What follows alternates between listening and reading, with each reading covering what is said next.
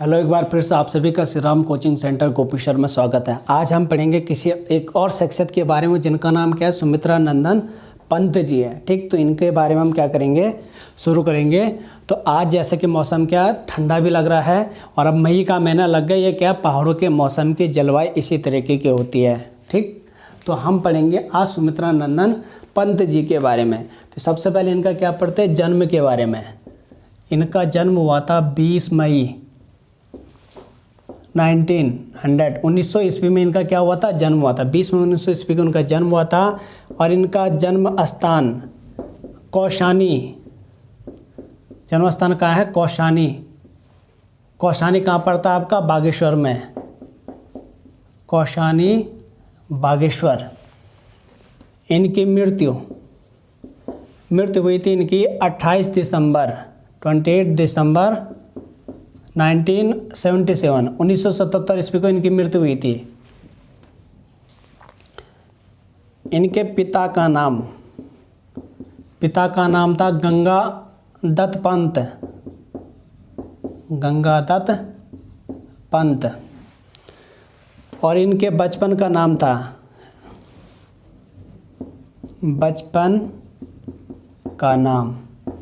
इनके बचपन का नाम था गोसाई दत्त।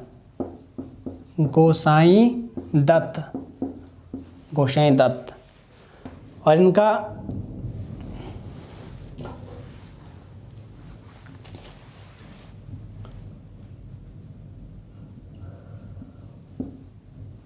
स्थानीय उपनाम लिख सकते हैं आप,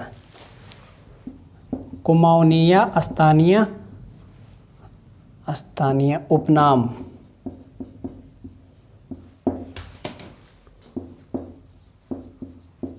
गुसैया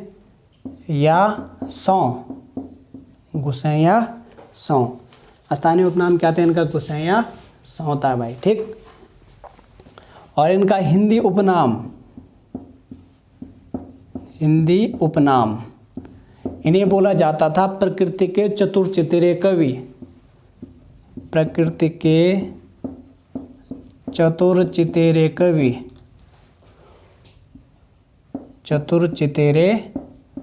कवि या प्रकृति के सुकुमार कवि,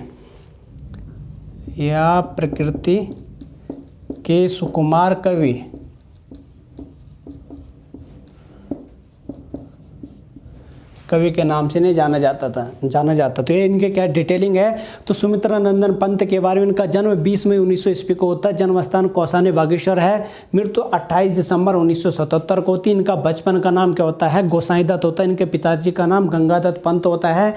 और इन्हें स्थानीय लोग प्यार से गुसैया सौ के नाम से जानते हैं। और इनका उपनाम हिंदी रचना के अंदर, हिंदी लेखनी के अंतर्गत इनका उपनाम मिलता है प्रकृति के चतुर-चितीरे कवि या प्रकृति के सुकुमार कवि के नाम से इन्हें जाना जाता था। ये क्वेश्चन बहुत बार पूछा जाता है कि प्रकृति के चतुर-चितीरे कवि किसे कहा जाता है या प्रकृति के सुकुमार कवि किसे कहा जाता है। तो ये क्वेश्चन आपका पूछा जाता है, जिसका आपने क्या करना है, आंसर करना है। काफ़ी इंपॉर्टेंट डिटेल है, इनमें से आपका पूछा ही जाता है कोई ना कोई क्वेश्चन। तो आपको ये भी क्या इंपॉर्टेंट है और याद करना है भाई। तो ध्यान रखना, ये सुमित्रा नंदन पंत मुख्य रूप से क्या थे, एक छायावादी कवि थे। ये किस युग के कवि माने जाते हैं, सुमित्रा नंदन पंत छायावादी कवि माने जाते हैं। ध्यान रखना, इन्होंने क्या क्या था, भले इन्होंने प्रगतिवादी रचना भी करी थी, लेकिन इन्हें मुख्य रूप से छायावादी कवि माना जाता है। और इन्हें किसके समकक्ष या समकालीन माना जाता है, इन्हें समकक्ष सूर्यकांत, कभी क्वेश्चन आएगा, त्रिपाठी निराला तथा महादेवी वर्मा के समकालीन माना जाता है। इन्हें सूर्यकांत, त्रिपाठी निराला तथा महादेवी वर्मा के समकालीन माना जाता है। तो क्वेश्चन आएगा कि निम्नलिखित में से कौन सा, अगर साहित्य से उत्तराखंड में क्वेश्चन आएगा ना, तो ये आपका हिंदी के लिए भी इम्पोर्टेंट है। तो पूछेगा कि ये सुमित्रानंद पंत किस युग के कवि माने जाते हैं? तो छायावाद युग के कवि माने जाते हैं। और ये किसके समकक्ष थे? तो सूर्यकांत त्रिपाठी निराला तथा महादेवी वर्मा के समकक्ष माने जाते हैं। ये इनके बारे में क्या है, इंपॉर्टेंट डिटेल है जो कि पूछी जाती है। तो ये सारी चीज़ आपको क्या करनी है, नोट करनी है। इनके बारे में अगली चीज़ बात करते हैं। इन्हें 1938 ईस्वी में 1938 ईस्वी में इन्हें 1938 में इनकी एक थी रचना, इनकी पत्रिका थी प्रगतिशील पत्रिका थी जिसका नाम क्या था, रूपाब। इन्होंने क्या किया था, 1938 में प्रगतिशील पत्रिका रूपाप का प्रकाशन किया था। तो ये क्वेश्चन आपका बहुत ज़्यादा इंपॉर्टेंट है, पूछा जाएगा कभी कि बोलेगा सुमित्रानंदन पंत की निम्नलिखित में से कौन से एक प्रगतिशील पत्रिका मानी जाती है? तो वो कौन से, रूपाप है। और इसका प्रकाशन और संपादन इन्होंने कब किया था? 1938 से 1938 इसमें इन्होंने क्या किया था, इसका संपादन किया था। ये क्वेश्चन आपका बहुत ज़्यादा इंपॉर्टेंट है, पूछा भी जाता है और आपको क्या करना है, नॉर्मली करके याद भी रखना है। उसके बाद हम थोड़ा आगे जाते हैं। इन्होंने सुमित्रानंदन पंत ने 1950 से 1957 ईस्वी के बीच 1950 से 1957 ईस्वी के बीच इन्होंने ऑल इंडिया रेडियो में भी काम किया था। किसमें किया था? ऑल इंडिया रेडियो में भी इन्होंने काम किया था। तो कभी क्वेश्चन आएगा कि सुमित्रानंदन पंत ने ऑल इंडिया रेडियो में कब काम किया था? तो 1955 से 1957 के बीच इन्होंने क्या किया था, ऑल इंडिया रेडियो में काम किया था। और पूछा जाता है कि इन्हीं के सुझाव पर, सुमित्रानंदन पंत जी के सुझाव पर ऑल इंडिया रेडियो का नाम बदल करके आकाशवाणी कर दिया गया था। इसका नाम बदल करके क्या कर दिया गया था? आकाशवाणी कर दिया गया था। तो ये question very very important, Sumitranandan Pant से रिलेटिव ये क्वेश्चन बहुत ज़्यादा इंपॉर्टेंट है। क्वेश्चन पूछा जाता है कि किसके नाम पर ऑल इंडिया रेडियो का नाम बदल करके आकाशवाणी कर दिया गया था? तो सुमित्रानंदन पंत के सुझाव पर ऑल इंडिया रेडियो का नाम क्या कर दिया था, आकाशवाणी कर लिया था। तो ये भी क्या आपका इंपॉर्टेंट क्वेश्चन पूछा जाता है तो इनके लिए। और इसके बाद इन्हें क्या मिलता है, एक अवार्ड भी मिलता है। सुमित्रानंदन पंत को सोवियत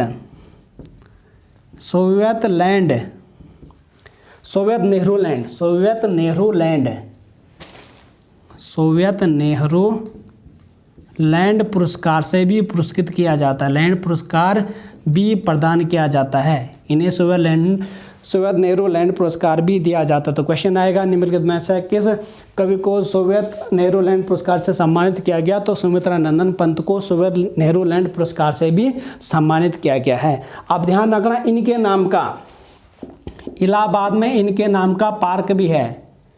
इलाहाबाद में सुमित्रानंदन पंत जी के नाम का क्या एक पार्क भी है। तो पूछा जाएगा कि सुमित्रानंदन पंत जी का नाम का पार्क निम्नलिखित में से किस जगह है? तो इलाहाबाद, लखनऊ, देहरादून, हरिद्वार ऐसे करके पूछ देंगे तो आपको किस पर टिक मारना है कि इलाहाबाद में इनके नाम का क्या है, एक क्या बोलते हैं उसका नाम, जो पार्क भी है। और जो इनका निवास स्थान है, सुमित्रानंदन पंत का जो निवास स्थान है, तो निवास स्थान का नाम क्या बोला जाता है? उसका नाम है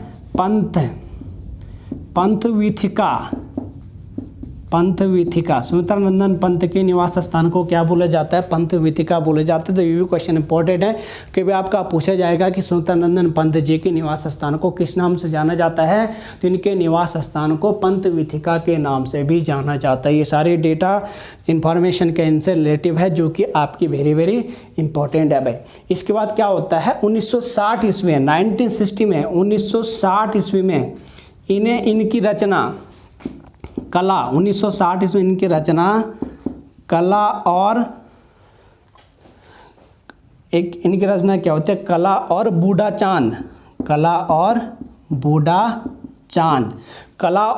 चांद के लिए इन्हें साहित्य अकादमी पुरस्कार भी दिया जाता है। साहित्य अकादमी का पुरस्कार भी दिया जाता है, साहित्य अकादमी पुरस्कार भी प्राप्त होता है। तो वेरी वेरी इंपॉर्टेंट क्वेश्चन है, पूछा जाएगा कि इनका कला और बूढ़ा चांद के लिए इन्हें साहित्य अकादमी पुरस्कार कब दिया गया? तो 1960 ईस्वी में, या 1960 ईस्वी में बोलेगा किस रचना के लिए सुमित्रा नंदन पंत जी को साहित्य अकादमी का पुरस्कार दिया गया था? तो कला और बूढ़ा चांद के लिए नहीं क्या दिया गया था, साहित्य अकादमी पुरस्कार भी दिया गया था। ये सारी इंफॉर्मेशन इंसुलेटी वेरी वेरी इंपॉर्टेंट है, जो कि आपको हिंदी के अंतर्गत भी काम आने वाली है।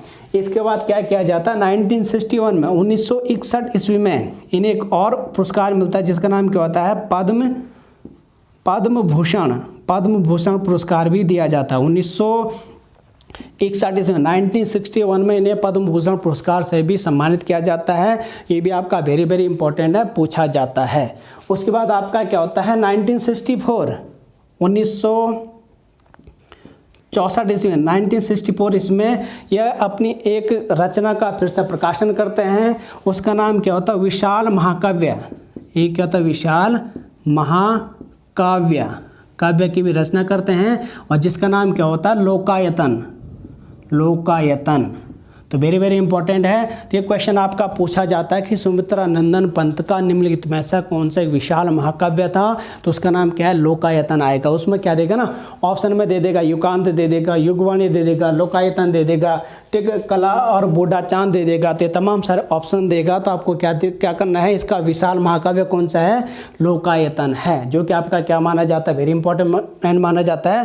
तथा प्रगतिशील मासिक पत्रिका बोलेगा तो प्रगतिशील मासिक पत्रिका कब छापी थी, 1938 में। इधर लिखा होगा प्रगतिशील मासिक है, ये पत्रिका कौन सी थी, मासिक निकलती थी, प्रगतिशील मासिक पत्रिका। यहाँ पे आप क्या कर सकते हैं, प्रगतिशील मासिक पत्रिका भी लिख सकते हैं। तो उसका नाम क्या है, रूपाब है। 1938 में प्रगतिशील मासिक पत्रिका रूपाब का ये क्या करते हैं, प्रकाशन करते हैं। 1964 में ये क्या करते हैं, लोकायतन, विशाल महाकाव्य लोकायतन का भी क्या करते हैं, प्रकाशन करते हैं। ये भी आपका वेरी वेरी इंपॉर्टेंट है। और उसके बाद आपको पता है कि 1968 में क्या मिलता है, साहित्य का सर्वश्रेष्ठ पुरस्कार। 1968 में 1968 में इन्हें क्या मिलता है, साहित्य का सर्वश्रेष्ठ पुरस्कार दिया जाता है, जिसका नाम क्या होता है, ज्ञानपीठ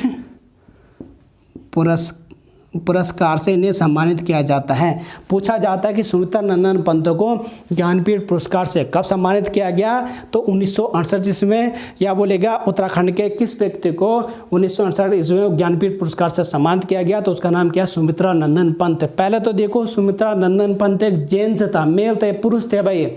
ये नाम ऐसा लग रहा ना जैसे जो है महिला नाम होगा, लेकिन ये चीज़ आपको क्लियर करना, ये क्या थे, ये पुरुष थे। और इन्हें क्या मिलता है, साहित्य का ज्ञानपीठ पुरस्कार मिलता है। ध्यान रखना, साहित्य में दिए जाने वाला ज्ञानपीठ पुरस्कार क्या सबसे बड़ा पुरस्कार होता है। तो क्वेश्चन आएगा कभी कि निम्नलिखित में से साहित्य का कौन सा पुरस्कार सबसे बड़ा पुरस्कार है या सर्वोच्च पुरस्कार माना जाता है? तो आपका ज्ञानपीठ पुरस्कार। और वो ज्ञानपीठ पुरस्कार किस रचना के लिए दिया गया इन्हें? तो आप सबको पता है कि वो रचना क्या थी, सुमित्रा नंदन पंत को ज्ञानपीठ पुरस्कार, जिसका नाम क्या था, चिदम्बरा।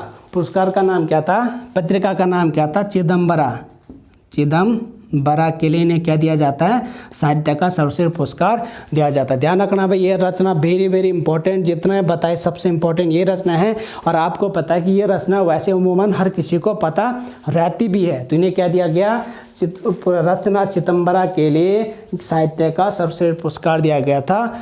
वो कब दिया गया था, 1968 में। अब ध्यान रखते हुए मैंने बोला कि ज्ञानपीठ पुरस्कार साहित्य का सबसे बड़ा पुरस्कार है। तो अब आपको ये चीज़ नोट में करना है कि किस व्यक्ति को ज्ञानपीठ पुरस्कार दिया जाता है। तो वह व्यक्ति, उस व्यक्ति को साहित्य का ज्ञानपीठ पुरस्कार दिया जाता है जिसे संविधान की 8वीं अनुसूची में, जिसे संविधान के 8वीं अनुसूची में भाषाएं कितनी है, 22 भाषाएं है ना। तो 22 भाषाओं में से किसी भी एक भाषा को उसे क्या हो, लिखने का ज्ञान हो, किसी एक भाषा में उसको क्या आना चाहिए, लिखना आना चाहिए। उसी व्यक्ति को क्या दिया जाता है, ये ज्ञानपीठ पुरस्कार दिया जाता है। और ध्यान रखना, इस पुरस्कार की शुरुआत हुई थी 1965 ईस्वी से, 1965 से इस पुरस्कार की शुरुआत हुई थी। और उस समय इस पुरस्कार की शुरुआत 1 लाख रुपए की धनराशि से हुई थी, 1 लाख रुपए की धनराशि से हुई थी। तथा वाग्देवी की कांस्य प्रतिमा दी जाती थी। और उस जो सर्वप्रथम पुरस्कार मिला तो वे क्या थे, मलयालम व्यक्ति थे, मलयालम व्यक्ति थे, जिन्हें क्या दिया गया था, ये साहित्य का सर्वप्रथम पुरस्कार दिया गया था। तो उनका नाम क्या था, शंकर कुरूप शंकर कुरूप को सर्वप्रथम साहित्य का ज्ञानपीठ पुरस्कार दिया गया था, जो कि एक मलयालम व्यक्ति थे। वेरी वेरी इंपॉर्टेंट, साहित्य का ज्ञानपीठ का सबसे पहला पुरस्कार 1965 ईस्वी में दिया गया था। उनका नाम क्या था? शंकर कुरूप। ये क्या थे? एक मलयालम व्यक्ति थे। और प्रारंभ में ये इसकी राशि कितनी थी? 1 लाख रुपये दी जाती थी। उसके बाद 2005 में यह राशि 1 लाख रुपए से बढ़ा करके कितनी की गई थी? 7 लाख रुपए की गई थी। और आज 7 लाख, और उस समय जो 2005 में मिला था वो मिला था कुंवर नारायण को। और आज वर्तमान में यह राशि कितनी है? 11 लाख रुपए। आज वर्तमान में जैसे ज्ञानपीठ पुरस्कार दिया जाता है उसके लिए कितनी राशि दी जाती है? 11 लाख रुपये दी जाती है। तथा इसके अलावा वाग्देवी की काश्य प्रतिमा दी जाती है। वाग्देवी की काश्य प्रतिमा दी जाती है। तो 11 लाख रुपए तथा वाग्देवी की काश्य प्रतिमा दी जाती है। किसके लिए? ज्ञानपीठ पुरस्कार के लिए, जो सम्मानित राशि होती है। ये भी क्वेश्चन आपको क्या करना है? ध्यान रखना है, क्योंकि इससे बात निकल गई थी तो मैंने आपको बता दिया। तो इससे आपको एक चीज़ कन्फर्म हो जाता है। क्वेश्चन आता है कि उत्तराखंड का वह कौन सा व्यक्ति है जिसे सर्वप्रथम ज्ञानपीठ पुरस्कार प्राप्त हुआ था? तो सुमित्रा नंदन पंत। और भारत की बात करेगा तो शंकर कुरूप। ठीक, तो ये और उन्हें कब मिलता है? 1965 से। और इस पुरस्कार की शुरुआत कब से हुई थी? तो इस पुरस्कार की शुरुआत हुई थी आपके 1965 ईस्वी से। तो ये तमाम सारी बातें आपको मेरे हिसाब से क्या आगे होगी? समझ में आ गई होगी। तो ये क्या है इनके बारे में? तो तमाम सारी चीज़ आपको क्या करना है? नोट करना है। ठीक साहब।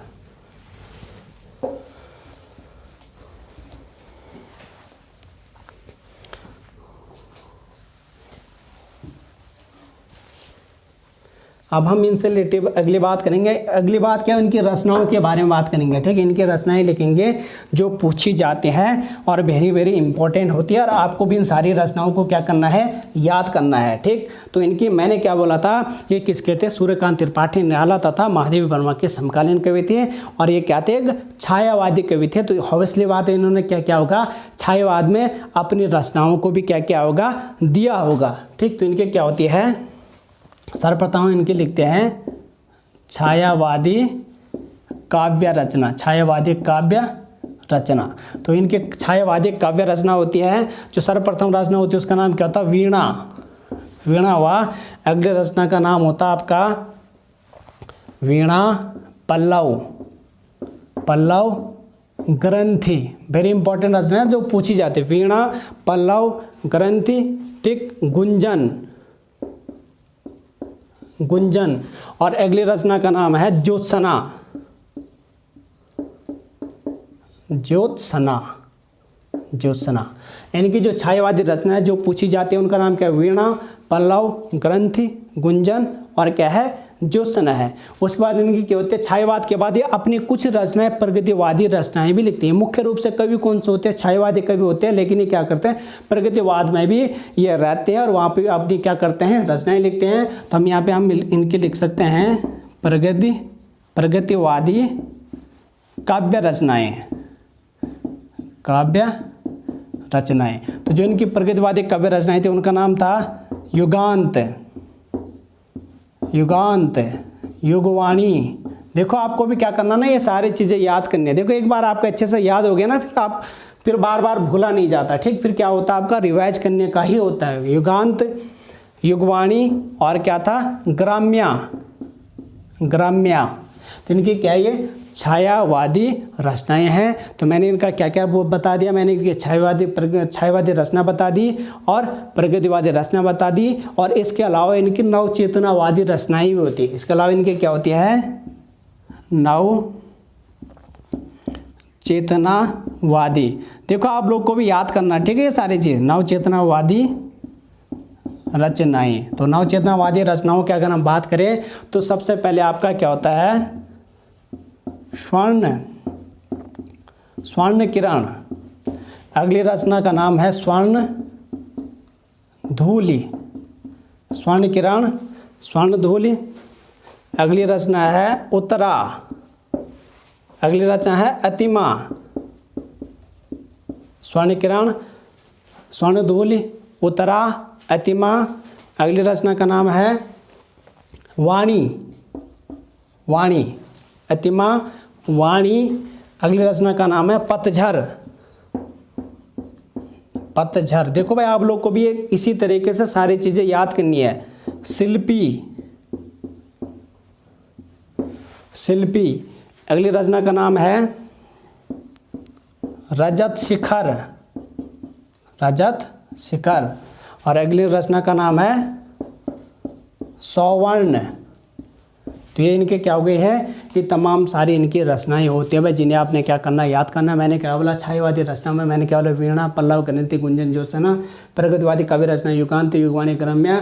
और नवचेतनावादी रचना में क्या है, स्वर्ण किरण, स्वर्णधूलि, उत्तरा, अतिमा, वाणी, पतझर, शिल्पी, रजत शिखर और सौवर्ण इनके क्या है, रचनाएं हैं जो कि पूछा जाएगा निम्नलिखित में से सुमित्रा नंदन पंत की कौन सी नवचेतनावादी रचना है। तो इस तरीके से इनमें से एक रचना होगी, बाकी इधर की होगी। या बोलेगा कौन सी, बोलेगा प्रगतिवादी रचना है तो एक रचना इधर की होगी, बाकी इधर या इधर में से होगी। तो आपको इनको पहचानना है। या बोलेगा युगांत, युगवाणी, ग्राम्य, फिर क्या बोलेगा, उपयुक्त तीनों सही बोलेगा। तो आपको फिर क्या करना, उपयुक्त तीनों सही पे टिक पाना है। तो ये सारी चीज़ें इनसे रिलेटिव जो भी बातें थी मैंने आपको बता दिया है सुमित्रा नंदन पंत से रिलेटिव। तो मैंने इसमें क्या बोला, हम इसको एक बार संक्षेप से जान लेते हैं। सुमित्रा नंदन पंत के बारे में मैंने क्या क्या डिस्कस किया। तो मैंने सबसे पहले इनका जन्म बोला था। मैंने कहा 20 मई 1900 ईस्वी को इनका जन्म होता है और इनका जन्म स्थान कौसानी के बागेश्वर में होता है, बागेश्वर के कौसानी में होता है। इनकी मृत्यु 28 दिसंबर 1977 ईस्वी को होती है और यह कहाँ पे होती है, प्रयागराज में होती है। इनके पिताजी का नाम गंगादत्त पंत था और इनको बचपन में लोग क्या बोलते थे, गोसाई दत्त के नाम से जाना जाते थे और स्थानीय लोग इन्हें गोसाइया सौ के नाम से जाना जाते। तो उत्तराखंड के ग्रुप सी में पेपर में उपनाम में आता कि गोसैया सौ के नाम से किसे जाना जाता है, तो सुमित्रा नंदन पंत को जाना जाता है। या बोलेगा सुमित्रा नंदन पंत को किस नाम से जाना जाता है। और वहीं इनको हिंदी रचना के अंतर्गत, ये एक रचनाकार भी थे ना, प्रकृतिवादी कवि थे ना, तो वहाँ भी इन्हें प्रकृति के चतुर कवि या प्रकृति के सुकुमार कवि के नाम से भी इन्हें जाना जाता है। किसको, सुमित्रा नंदन पंत जी को। ये भी आपका क्या वेरी वेरी इंपॉर्टेंट आपका बनता है। और ये कहते हैं इनका नाम का इलाहाबाद में एक पार्क भी है और इनके निवास स्थान को पंथ वीथिका कहा जाता है। दूसरा चीज़ क्या है, इन्हें क्या मिला था, सोवियत नेहरू लैंड पुरस्कार से भी इन्हें क्या किया गया था, सम्मानित किया गया था। 1938 में इन्हें क्या मिलता है, प्रगतिशील मासिक पत्रिका का ये क्या करते हैं, उसका नाम क्या होता है, रूपाब होता है, इसका प्रकाशन करते हैं। उसके बाद 1950 इसमें ये क्या करते हैं, 50 से 57 तक क्या करते हैं, ये ऑल इंडिया रेडियो में काम करते हैं। और इन्हीं के सुझाव पर ऑल इंडिया रेडियो का नाम बदल करके क्या किया जाता है, आकाशवाणी किया जाता है। तो ये भी आपका इंपॉर्टेंट है। इसका मैंने क्या बोला था, 1960 इसमें इनकी रचना कला और बूढ़ा चांद के लिए इन्हें क्या मिलता है, ये कला और बूढ़ा चांद के लिए साहित्य अकादमी का पुरस्कार दिया जाता है। 1961 ईस्वी में इन्हें क्या मिलता है, पद्म भूषण का पुरस्कार मिलता है। तथा 1964 ईस्वी में इन्हें इनकी एक रचना होती है जिसका नाम एक विशाल महाकाव्य होता है जिसका नाम क्या होता है, लोकायतन होता है, का प्रकाशन करते हैं। 1968 इसमें मैंने क्या बोले, इन्हें साहित्य का सर्वश्रेष्ठ पुरस्कार या सर्वोत्तम पुरस्कार जिसका नाम क्या होता है, ज्ञानपीठ पुरस्कार से इन्हें सम्मानित किया जाता है। इसके लिए इनकी रचना क्या होती है, चितंबरा होती है। और सबसे पहले 1965 में ये ज्ञानपीठ पुरस्कार दिया गया था। उनका नाम था शंकर कुरूप था और 1 लाख रुपए की उस समय क्या दी जाती थी, राशि दी जाती थी इनाम में। और साथ में वाक देवी का काश्य प्रतिमा दी जाती थी। उसके बाद क्या हुआ था, 2005 में योर प्राइस बढ़ा करके कितना कर दिया था, 7 लाख कर दिया था। और वर्तमान में आज कितना 11 लाख है। और इन्हें कब मिलता है, जो 1968 में सुमित्रा नंदन पंत को भी क्या मिलता है, ज्ञानपीठ पुरस्कार मिलता है। तो ये तमाम सारी इनसे क्या थी, जुड़ी हुई बातें थी जो मैंने आपको क्या कर दी, डिस्कस कर दी है। और इन्हीं में से आपका क्या किया जाता है, क्वेश्चन पूछा जाता है। और अगर आपका कोई चीज़ छूट गया होगा तो मैं उसे अगले दिन के टॉपिक में क्लियर कर दूंगा। ठीक, तो तब तक अपना ध्यान रखो। थैंक यू, धन्यवाद।